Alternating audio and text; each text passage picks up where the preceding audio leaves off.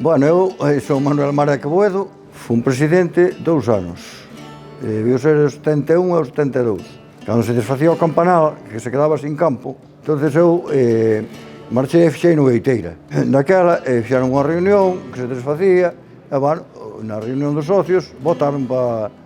Entón eu volvín a regresar, e foi cando fui presidente. O campo logo, sei, foi o que arrandei, o que se fixo, que o fixen. Fixeron os chabolos, e un pozo ali ao lado, e empezouse a cerrar. Empecei a cerrar, despois por un lado, despois xa cerraron os outros que viñeron. O primeiro empecé a cerrar eu, todo pola parte de abaixo, que era por onde entraba a xente. E fixémoslo con as medidas que pedían, que creo que era 45 metros por 95. E fixémoslo porque o campo pasaba unha línea de fenosa pola parte de izquierda, quitámola. E depois entraba un guicho pola parte dereita tamén, que o tuvemos que quitar todo. Daquela, cando tiñamos o campo terminado, xa estaba todo listo para terminar, puxemos as porterías, e resulta que o poste de arriba daba co de abaixo, estaba todo atravesado.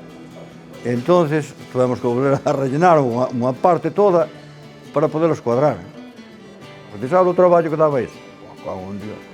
Sabes o que traballaba eu?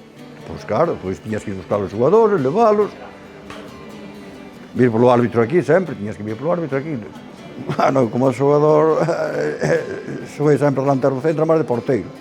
Normalmente sempre era o máximo goleador, pero hasta que levei un chinazo na perna, senón seguía xogando. Levei un mocazo e parei.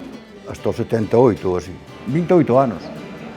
Eu acórdome, sí, que o difunto de meu pai, sí, fixou moitos xogadores, que trouxe xogadores de Carballo, traía xogadores, bastantes, os que podía, claro, os que levaban ben con ele.